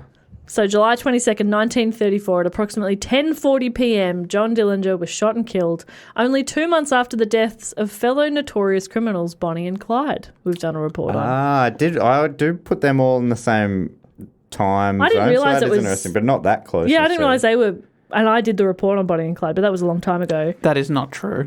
Did I? I did. Really? I would have guessed Jess too. I love it. Yep. Did you really? Yeah, there you go. I did a That's very funny. drama solo of Bonnie and Clyde in year 11, year 10. I did the bonus report on the Mandela effect, though. I don't know if that's relevant here. That's crazy. Sorry, No, Dave. you didn't. Sorry, Dave, to take the I just credit remember- there. That's weird. As part of the research, I watched the movie. What did I do? Didn't I do one? You've done a report before. But any other 30s sort of Yeah, I gangsters? did a 30 gangster one, didn't I? No, I'm thinking of watching the movie about Bonnie and Clyde. Right. I give up. Anyway, so there were reports of people dipping their handkerchiefs and skirts into the pool of blood that had formed as Dillinger lay in the alley. Beautiful tribute. Yeah, they did the same thing with Bonnie and Clyde, I think, like tried to get souvenirs. And they pulled bits off them. Yeah, gross. Yeah, they wanted to, see if they could wait till technology caught up and create a new Bonnie, Clyde and Dillinger. Here is Bonnie's earlobe. Can we create the What can we rest? do? What can we do with that? Jurassic Park style. Get on an island somewhere full of gangsters Full of gangsters. roaming free. It all comes from this amber. So Dillinger's body was available for public display at the Cook County morgue. An estimated 15,000 people viewed the corpse over a day and a half. Wow. 15,000 people turned up I'd to queue up look for at that. his body. Wouldn't you queue up? To look at a body? I love queuing anyway. These so are for people- something, for an opportunity like this, These people you would better believe I'll applaud a queue. train. Yeah, these people suck. Get a life. Just lining up to look at a body. Yeah, that's a I little don't bit like that at all. perf. That's a bit perv. You'd really hate open casket funerals. Yeah, I don't. Oh, man. Because I know what they do to the ass. Do you reckon they gave him the treatment? Do you reckon they packed his packed him? asshole. They packed him. It would have been an honour to give him the treatment. Oh, my goodness. To pack John Dillinger's asshole. Imagine being the one. That's who a got dinner the party pack. story right there. Normally, the morgue guy doesn't have the best Yeah, stories. Jess, go on. Tell him. Tell him. No, Tell him what you did last week. I couldn't. No, tell him whose ass you packed. Go on. Come on. I got the Dillinger job. Oh, no. Yeah, I packed his ass. Oh, wow. And did you see his weird chop that they tried to change? Yeah, for it was plastic surgery? shredded. It looked like that string cheese. Wow. It was no good. Bigger stringers. Yeah. Unrecognisable. Nearly got away with it too. Anyway, enjoy the rump steak. Please. Dillinger's buried at the Crown Hill Cemetery in Indianapolis, and his gravestone has had to be replaced several times because of vandalism by people chopping pieces off as souvenirs. Just chiseling away a bit of a gravestone. People, huh? What? How about Crazy. people? That's odd. His life has been explored in countless books, TV shows, and films. In fact, a film came out the following year, which is like such poor taste. The MGM crime film Public Hero #1, and a different take, incorporated fictionalized details from Dillinger's narrative. He's also been played by names like Humphrey Bogart, Mark Harmon, Mark Harmon from NCIS. Yes. Whoa. Mark- Leroy Jethro Gibbs. Martin Sheen, Wow. and Johnny Depp. Who? Mark Harmon! Mark Harmon. Holy shit. Some of the names there, specifically Mark Harmon, are some of the greatest actors that's ever lived. And also in the Simpsons episode Treehouse of Horror. I don't know Roman numerals, I've just realised. What's IV? 9. Dillinger. No, 4. I imagine. Four. I imagine for X in my head. I was like, I'll get ahead of her here. 4. Stupid bitch. No, I'll tell her. Don't worry, we'll work this out. Can we edit that in post so I don't sound like a fuckhead? Perf. He appears as a member of the jury of the damned. I think Lizzie Borden's in there as well. Yes, that's right. And then maybe is Blackbeard as well, and then he's scared of... he doesn't want to sit in the high chair from Maggie. Yeah. Oh, this chair will be high, he says I. But that is my report on Public Enemy number 1, John Dillinger. So, fantastic report. So, he was very popular with public people. Yeah. Because of the Great Depression. But then Public Enemy number 1, is that like a term that like Edgar Hoover or whatever would... Yeah, I think so. And I think it's also sort of come from books and films and, right, and stuff just like a that cool too. title. Yeah. It is so interesting. I don't really understand why we idolise outlaws and stuff. I mean, even Ned Kelly here, he's sort of seen as a bit of a hero, but it's like, oh, he killed some people. Yes, and this guy seems like he's involved in quite a bit of death. Yeah, and didn't give a shit. Like he would break out of prison and just go straight back to crime. It's like his passion in life was robbing banks. And what year did he die? That was 1934. So he was only like 31 or something. Yeah. Wow. He packed a lot into his life. And into his ass. That's right. Into his life and in death into his ass. But he only got out of prison in 1933. And when was he murdered? 34. Wow. He really... It was like 18 months. And before that 18 months, no one really knew who he was. No, because all he'd done was robbed a grocer. Yeah, that's He right. flew too close to the sun, didn't he? That happens. Like, I don't think that's setting out for having a long, happy life. Being a violent bank robber. That's a good point, yeah. Do you imagine yourself dying in bed in your 80s? Probably not. Yeah. I assume so, on this pile of bank money. Buy a beautiful deathbed with that kind of cash. Oh, my deathbed's going to be so beautiful. Apparently, the band, the Dillinger Escape Plan, was named after one of their friends watched a documentary on John Dillinger. There you go. So, no coincidence. I would have loved if you'd said, oh, wow, that's amazing. Cool. I was really hoping it was going to be some other Dillinger. Yeah, this lady ran a milk bar down the road and she always gave us a discount on the bags of lolly frogs, and her name was Mary Dillinger, and we love Mary Dillinger. That's nice. That's nice. There's also the pop punk band Dillinger 4. Okay. And I wonder if that has... Is there 4 of them in the band? Yeah. So there we go. Figured it out. Wow, there you go. But that brings us to everyone's favourite part of the show. The fact, quote, or question section, which has a jingle. I think it goes something like this. Fact, quote, or question. Perv. He always remembers the perv. And the way to get involved in this is if you go to dogoonpod.com or patreon.com/dogoonpod and you support us on the Sydney Scheinberg Deluxe Memorial Edition Rest in Peace level. And you can give us a fact, a quote, or a question. There's a bunch of different levels, different prices, different kinds of rewards. Some of them give you bonus episodes, 3 per month. We just put out a fantastic one, I will say. Jess did a bonus report on the men that have mailed themselves in the post. I'd forgotten. And I was hoping you would remember, and you weren't looking at me like, What was it tell us, again? Jess. And I'd be like, I don't know. But it was really, really Yeah, fun and that was interesting fun. and very funny. And there's this. I've been listening to a song this week. I can't. Going back through my favourite songs of 2020. What's the song? One of them has the line in it. I put myself in a letter and mailed myself. I'm like, what are the odds of this? Yeah, wow. That's crazy. Anyhow. So, yeah, a bunch of bonus episodes. We put out 3 a month, but that was just one that really stood out to me because I had a lot of fun during the recording. Yeah, that was a banger. So people can get involved, like I said, at patreon.com/dogoonpod or dogoonpod.com. And this reward, though, means you get nearly all the bonuses and whatnot, voting rights and all that sort of thing, including voting on Jess's report today. But also, you get to give us a fact, a quote, or a question. You also get to give yourself a title. The first one this week is Nick Fidian, who's given himself the title of the good old saint himself. Oh, my goodness. Would you believe he sent this one in December? And Nick has offered us a fact. Oh, not many people go for fact. I love facts. Yeah, I like it. It's the brave choice. Well, you're in for a real treat because 3 of the 4 are facts today. Here is Nick's fact. In the 90s, Great Britain went through a period now referred to by economists as the Bean War, where supermarkets attempted to outdo each other in how low they could price tins of beans Dave. in an effort to entice people to their stores. It got so out of control that one place sold theirs for negative 2 pence per tin.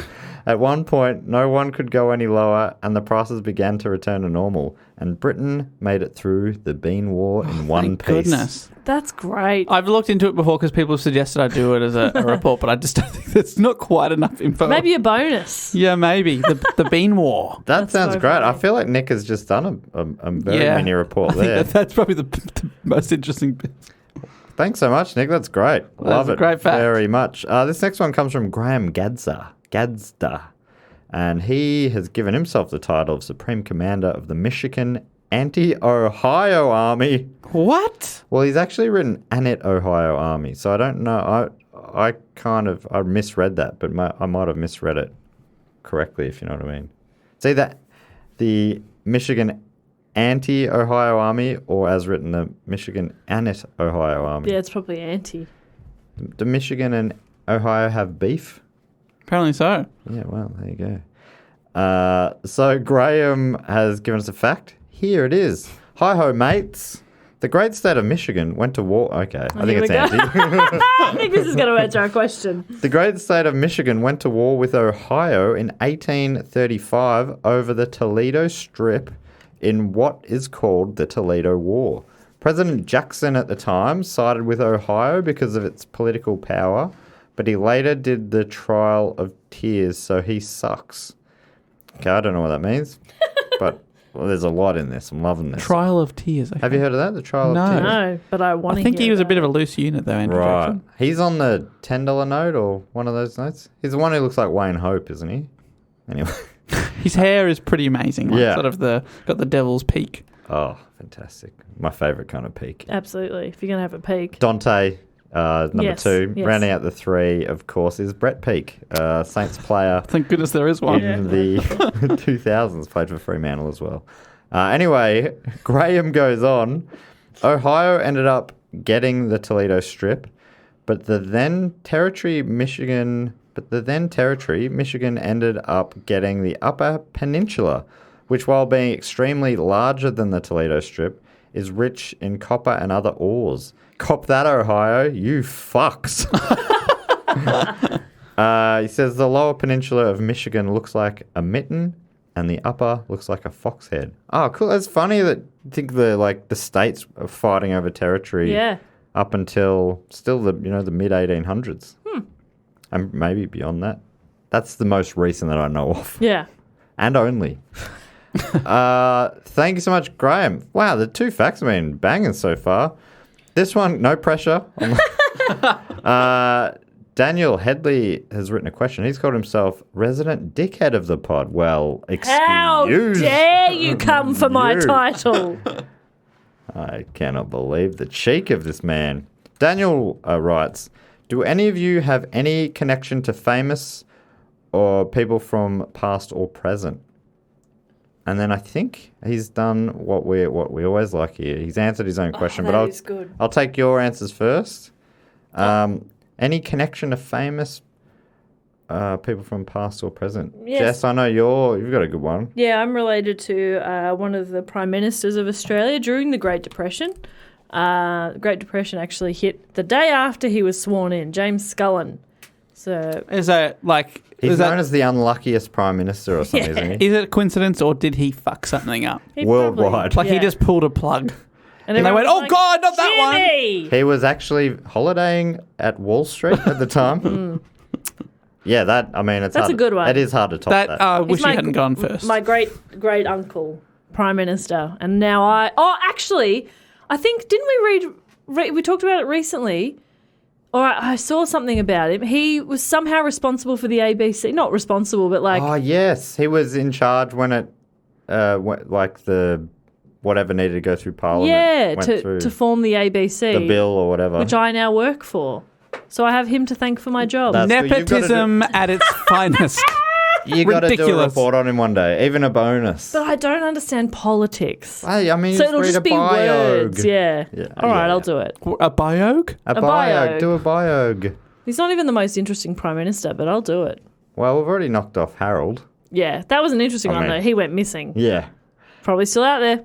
I know some sort of cousin, like, you know, I should know the title, but the Ballabo 5? Am I saying that right? Yeah. Some journalists he was one of them, one of the... Oh, really? That was related to And me. did they disappear? Yes. I think they were, yeah. Or they executed They something were- horrible, I think yeah. they were executed. And he's also related. Both of them more closely to my dad. But his brother, I think, is the singer of the Painters and Dockers, Oh. who I tweeted to him once saying, "Hey," when I was drinking with my dad. Dad's like, "Yeah, if you message him and say this is the connection," and he replied with some nice message back. Well, that's nice. But yeah, they're probably the two. Dave? The first came to mind. My dad is Jack Black. yeah. That is a good one. I don't know if you've seen School that. of Rock. We talk about that all the time on the pod. It's always about, Dave starts every second sentence with my dad, Jack Black. Jack Black. How old's Jack Black? Is he old enough to be your father? Probably. Yeah, he's probably 50. Yeah. So Tony Stewart was 21. He was one of the journalists, All right. sound recordist. All right. The Ballabo Five was a group of journalists for Australian television networks who were killed in the period leading up to the Indonesian invasion of East Timor. The Ballabo Five were based in the town of Ballabo in East Timor, where they were killed on 16th of October 1975 during Indonesian incursions before the invasion. Oh. Yeah, and I mean, obviously it was a little bit before my time, but you hear the story. The story comes up. I think on the anniversary most years you'll see a story about it or something. There's been documentaries and all sorts of stuff about it. It's something I really should look into it more. Yeah. Wow, I didn't know that. Yeah, it sounds like it's obviously not a nice story. Yeah. My only real one is working in the media. Sometimes, very occasionally, older journalists will ask me if I'm related to Ross Warneke, and that was my dad's cousin, and he was like a journalist for The Age and things like that. Oh, cool. nice. So, yeah. So yeah, just the 1 p.m. Just the 1 p.m. Yes, it was quite a respected journalist. So, but if you're in the know, Yeah, but was he if the you're Prime Minister? Yes, but he but he was respected. So Oh well, it sounds like he's got one over you there, Jeff. he didn't cause the Wall Street crash. He didn't cause it, okay? He just didn't help.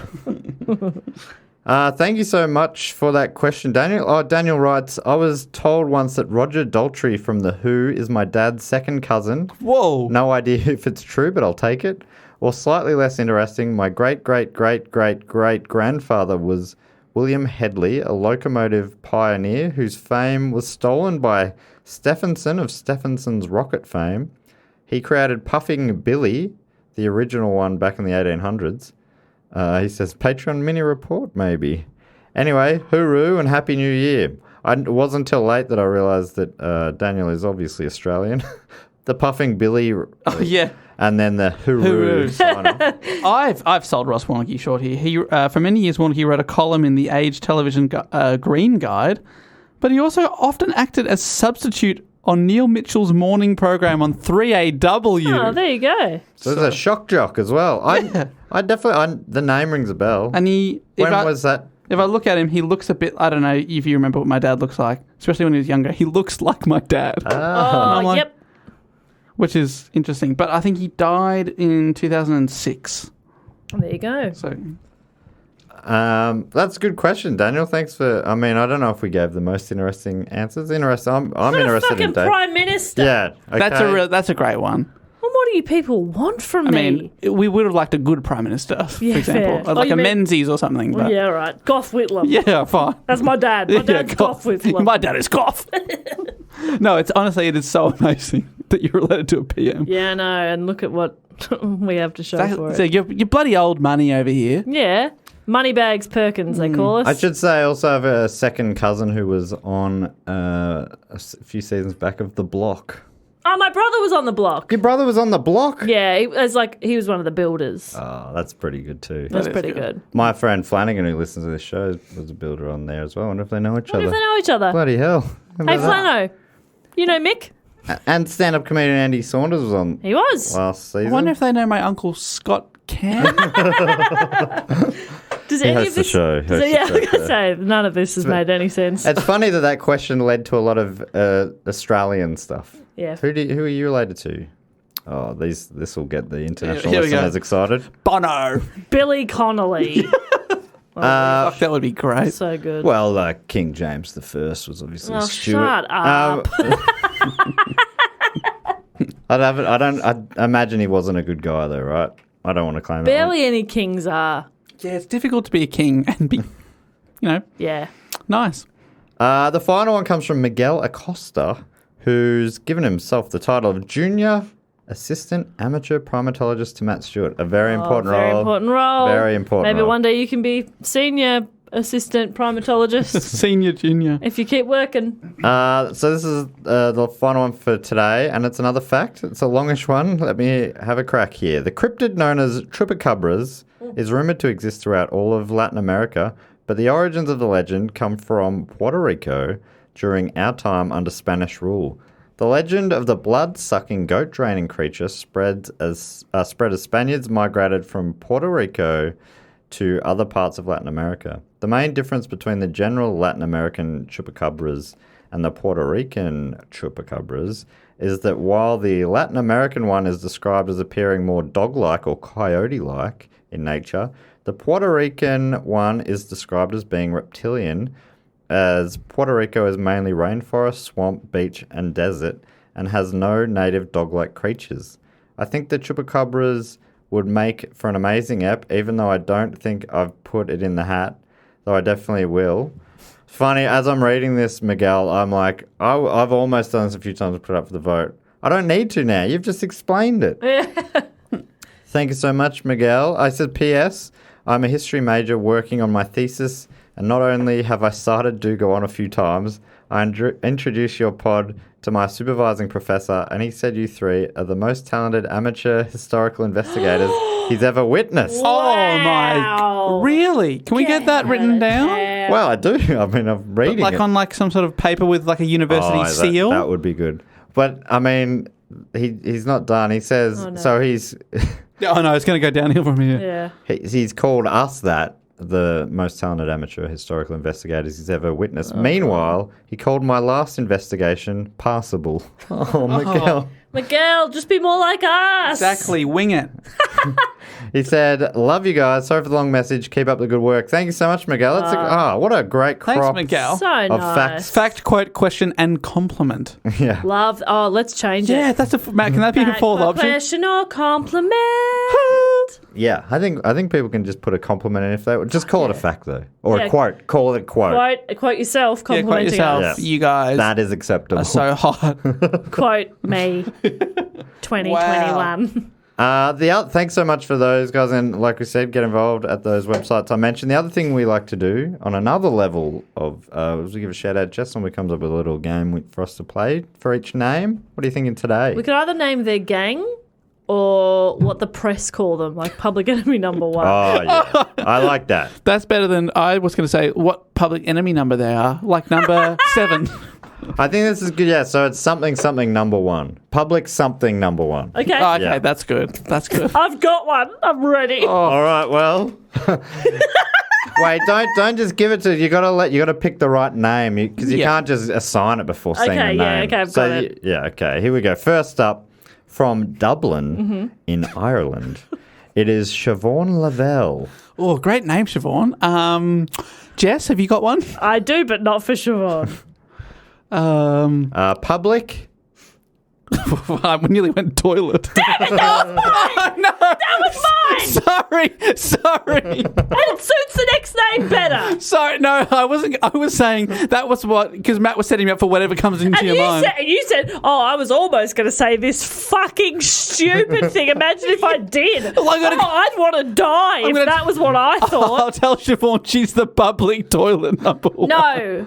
No. All right, what is Siobhan? Dave, I'll give it to you one more time. First thing, Public Scuba diver. number one. Ooh, Public scuba diver in number Ireland. Yeah, exactly. Yes. You got to be brave. You got to be brave. one. Siobhan, thanks so much for your support, and thanks so much for being the public's number one scuba Yes, diver. thank you so much. I'm so sorry, Jess, but let's Shut up, Dave. Matt, go. to another name. Go to the next one. All right. I'd also love to thank from Bexley Heath in England, John Egan. Public number one. Because his name is John. I thought it was going to be like Brown or something. John's pretty good. Public toilet number one. In a lot of ways, he's the public John number one. Oh, that's good. That is great stuff. Thank you. Hey, let's take a minute to imagine if I hadn't fucked that up. But didn't we have a nice laugh there? Oh, so good. So good. Jeez, that's it. We're hanging around the island and the UK with from Galway in Ireland. It's Karen Nally. Karen Nally is the public Syncopation expert. Wow. Number one. That's a coveted and Sorry, what did I say? I blanked. What is syncopation expert? Dave? keeping in Is that time. is that what I said? She's does have a lot keeping of everyone in time. Yes. 2, 3. Everyone is marching. March. Classic Karen. Wow, good on ya, Karen. Thanks, Karen. Karen Nally from Galway. Can I thank some people as A well? Galway gal. She's a Galway gal. Yeah, if you could thank some people, that'd be fantastic. But Her hair was black and her eyes were blue. surely we can't have any more people from the UK or Ireland. Well, Matt, I love to disappoint you. From London in London, London. Where? I would love to thank Hannah Hudson. Oh, public Fountain. number one. Wow, I wonder what the fountain of. Knowledge? Youth. Youth. Oh, Fountain for the of public. youth. Anybody can Yeah. just help themselves some youth. Yeah. So they just have to go chat to Hannah? I've got to get to London. Well, she'll tell you where the fountain is. She's the fountain of knowledge. Master. Yeah. And her knowledge is where. You answer these questions free, and I'll let you look at the fountain. I will. Look, can Yeah, I you just have to look at it. can I touch the Well, you water? got to answer another 3 questions if you want sorry. to So what's touch the it. first question? What's your name? Matt Okay, where you from? from Melbourne. What's your phone number? Come on. Say it. 7. Off you go. Off your pop. I didn't say she knew the truth. I love it. Sorry, Hannah, for that spot-on That's just impression of her. your accent. That's just her using it to pick up. Yeah, totally. I'm a troll. What's your name? Where you from? What's your number? What are you doing later? ASL. Answer me these questions for. Want to come over to mine? I would also love to I thank live under this bridge. You're at it already. Easy. I'm a perv. I would also like to thank from Wolverhampton. Oh, go Wolves. Go Wolves. Go Wolves. It's not even that late here. Like, we've recorded later. Yeah, what this has has got a happened real to witching us? hour feel about it. I would love to thank Connor Ainsley. Oh, Connor Ainsley, the public DVD player. Number Yes. one. Oh. There's not many around anymore. And that DVD player never skips. No way. Just keeps going. It's so good. If you got a DVD player, which you probably don't, well, you don't need one because there's someone who's got one. I genuinely Connor. don't have one. I had one and it just survived somehow, and I dusted it off recently because someone's lent the Poirot box set. Oh, fantastic. And I also found the Futurama season 1, which I'm looking forward to getting back into. It's funny that I have both DVDs and a DVD player. You wouldn't believe it, but I am that old. Wow. Incredible. Were you like almost born last century? Yeah, no, I was. What? What? So, God, what are you, 300 years old? yes. Finally, for me, I would love to thank from Tonteg in Wales, Stefan Prince. That's a great name. Public. So it's another. So we're still in the UK. Yeah. All right. Public marksman number 1. Oh, Wow. okay. Are they the best shot in Wales? Best shot in The Good for And the Connor. public loves him for it. Oh, like an Annie Oakley kind of Yeah. thing. Yeah, okay. Wow. Cool. There you go. Prince amongst marksmen. Very, very impressive. Dave, would you like to thank some people? I would love to thank from Hove in South Australia. Here we go. Going to have a real crack at your name here. Elise Jayeski. Elise Jayeski. There was a footballer with that name, I think. Jashki. Jashki. was what they... Jashki. I'm pretty sure, if I'm thinking... Never quite made it, Jashki. Sorry if that was your brother. Very promising player, probably. Okay, the public's brother, number one. You're calling Elise Jashki Public the brother public's number one. Public brother number one. So you can really rely on them. Like, they're like family. Yeah. Elise's family. Public Right. brother. And Elise is the public's brother That's number right. one. Yes. Number Yes. one brother to the public. I don't Elise. decide what the public call them. Yeah. Okay. What? So now only men can be brothers? That's fair enough. I consider you two like brothers. I should you. hope you think the same of me. It is mutual. Thank you. I do. Well, it seemed reluctant from you, Matt, but okay. Well, let me take you back to England now, to Shefford, where I would love to thank Tom White. Tom White. Thank you, Tom. And Tom is, of course, the public toilet number one. Hang on. What's What? up? No, whoa. How have we run out of... How are we doubling up? What about, I'm thinking We've got 9 names. the public... Urinal. What about public toilet number 2? Oh, that's good stuff. What were you thinking? I was going to say the public baker, number one. Okay, that's better. That's better. I love a great baker. Yeah. And this is the best. Number one. And I Nothing don't better than think- a country baker. I don't think John Egan would want to share his coveted title of public toilet number No. one. So I think public baker for Tom. seems Tom a lot White. better, yeah. The public baker, number one. White bread. That's I what mean- that's what the bakery's called. Oh, that is... That's what the bakery's called. Sunday night, we've lost our minds. I've been working for a very long time. My brain doesn't work so good anymore. But we're doing it. I finally would love to thank... We're still in England. Oh, I thought you'd done all three. I'm so sorry. Now we're in Stevenage, Stevenage. in Great Britain. This is 3 names. Sam, John, Woodrow. Oh, Sam whenever the John wind Woodrow. blows. Public attorney number one. Oh, that's a great... Yes, you want them. yeah. Public defender. Yeah. The best one, though. Sam John Woodrow, thank you so much for your support from Stevenage. We will be calling upon you when we Inevitably get into sued trouble. for slander. Thank you so much, Sam, Tom, Elise, Stefan, Connor, Hannah, Karen, John, and Siobhan. Your support means so much. It keeps this show running. You get involved with that at patreon.com/dogonpod or dogonpod.com. And the last thing we do before we wrap up the show is we induct a few of those fantastic Sexy. supporters. Oh, the hottest of the hot. supporters. Who've been supporting us on the shout-out level or above for the last 3 years straight. And we let them into the Triptych Club. I'm standing at the door. I've got the clipboard. I've got the door list. I've got a velvet rope. I'm ready to lift it to welcome you in. Jess is behind the bar. She's got a few fancy cocktails on the go and some hors d'oeuvres. What do you got this week? Well, it's like Great Depression themed this week. So we have That is... what's that's it? We have classy. moonshine. Oh, it's great. Okay. I don't think Prohibition was necessarily in the same time, but we have moonshine. Lard. We've got lard, we've got potatoes, and you gruel. perv. You can smell the potatoes a mile away. Do we have any side meat? We do have spam. Chops.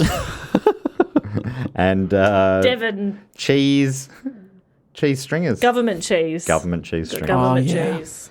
So enjoy, everybody. Tuck in. And Dave normally books a band. Well, I've got not one but 2 bands tonight. We've got the Dillinger 4 There we go. opening for the Dillinger Escape Plan. Can you believe it? Hey, what's that linked to? Oh, I mean, I don't book it in relation to the report. I've had these booked for months. Wow. It takes a lot of event planning. I've had people pull out, Are they playing their own songs or playing the each other's songs, Ah, okay, that's fun. and not well. They have not rehearsed. Well, there's 4 inductees today, and the way this normally works is I read out the name, welcome them into the club. Dave's inside. He's just on sound check with the bands, and he's in there. He's the hype man for both the bands, and That's right. I imagine I've got a microphone. yeah, you're on stage. Of course. You're just on sound check. You're hyping them in. The lights are flashing. Check 1, We've 2. got a lighting chase happening as they're entering. Oh, fantastic. We change the lighting every week. It's Yeah. so good. We've got a full-time lighting. And then Jess hypes up Dave from behind the bar. Because he's just a little and baby. he needs it. He needs Thank you. his mummy to hype him up, little baby. All right, guys, just a bit of housekeeping. The toilets are obviously back there. One of the Johns is backed up, so Public John number 1. Poppy John. So use Poppy John number 2, but no number 2s because that is what caused the blockage. Okay. Okay, well, luckily after you eat that lard, you will also be backed up. I don't understand if is that something lard might do. I reckon it works, yeah. All right, so 4 inductees tonight. Let me go through them. Are you ready for this, Dave? Let's go, Dave. All right, let's welcome him in. Got this. All right, so Dave, for the first-time listeners, Dave normally takes something from their name or where they're from, and he just turns that into some poetry. You are ruining momentum. Okay, Come on. here we go. First up, from East Vale in California in the United States, it's Rick Zoo. Oh, put him in the zoo. Yeah. By zoo, I mean our club. Because he's an animal. Yeah, he's an animal, He's baby. wild. Yeah, let him at us. I'd also love to welcome in from Melbourne in Australia, it's Harvey Wiseman. Oh, the wisest man in the room. From Aylesbury in Buckinghamshire in Great Britain, it's Harriet Leighton Porter. Oh, what ails you? Well, I was a bit sad earlier tonight, but then I looked at the guest list and Harriet Leighton Porter's in tonight. Yes. And finally, from Adelaide in South Australia, it's Adrian Newman. Whoa, there's a new man tonight. And it's Adrian. Yeah. Welcome down. Dave, look at me. That was incredible. Thank you. I mean, You are so good at this. I just woke up. I don't even remember what happened just then. I know. And it's honestly, every week, a privilege to watch. Thank you so much. I mean that so sincerely. Thank you. And we are getting our website redone. It's been a slow process, mainly because we're very hard for our web designer to Yeah, we are the clients Lockdown. from hell. We have blocked his email. But he's doing a Do great not job. contact us. We're looking forward to... Make a website. Don't ask any Yeah, questions. what? Log in? I don't know. Shit. genuine conversations that we've had. We suck. No, we're like, whoa. You're going to need a password for this? Look, I told you I want it to be blue. I mean, there's all the, he's coming back with this tech jargon. WW, what? Shove it up your ass. But anyway, he has said that he will be able to make gold glittery writing for the inductees into the Triptych Club. So that sometime this year, whether or not we get back to him and finalise that, we'll probably... But yeah, so thanks so much to Adrian, Harriet, Harvey, and Rick. Please make yourselves at home. Kick back. Everyone's got their own booth if you want it, but mingle too if Once you want. again, Up to though, you. Public John number 1 is out of action. Do not try. For the foreseeable future. We Do not will let try. you know when it is reopened. Yeah. We do apologise for any inconvenience. I am a hype man / plumber, so I'll be back there. That brings us to the end of the episode. Thanks so much for telling that great tale today. Yeah, great Bob. report, Jess. I did my best. So Well, we enjoyed it a lot, so your best is almost good enough. thank you so much. If people are craving more Bob Perkins to get them through the week, Saturdays and Sundays, Australian time in the afternoons, they can hear Jess playing all the coolest, latest tunes. Is that what you do? Yeah. Play They all the latest coolest, tunes. latest tunes? And anytime I post about being on Triple J, I will inevitably get a reply from someone being like, I can't listen, but I'm happy for you. You can. You absolutely can. The internet exists. You are responding to me on the internet. Just don't listen if you don't want to, but don't pretend you can't, because you All right. can. Are you speaking to me? 'Cause Yes, I have Dave. written. Yeah, you've written that every time. You say, I can't. I'm in America. Oh, God, sorry. I'm in the car. I can't possibly listen. I don't know. I don't know how. What's the website? triplej.net.au? That's right. And there's a player on there. So sucked in. You dickheads. You got fucking... you got fucko. But Triple J loves music and you will too. All right. Thanks so much for listening. Dave, boot this baby home. Get in contact with us at any time the links are on our current website, dogoonpod.com, to our Patreon, to our Facebook, Instagram, our Twitter. We've got an email, dogoonpod@gmail.com. And you can always suggest a topic that we can cover. And you can do that by going to that website, dogoonpod.com, submit a topic. But until next week, we'll say thank you so much for listening. But until then, I will say goodbye. Later. Bye! This podcast is part of the Planet Broadcasting Network. Visit planetbroadcasting.com for more podcasts from our great mates. I mean, if you want. It's up to you.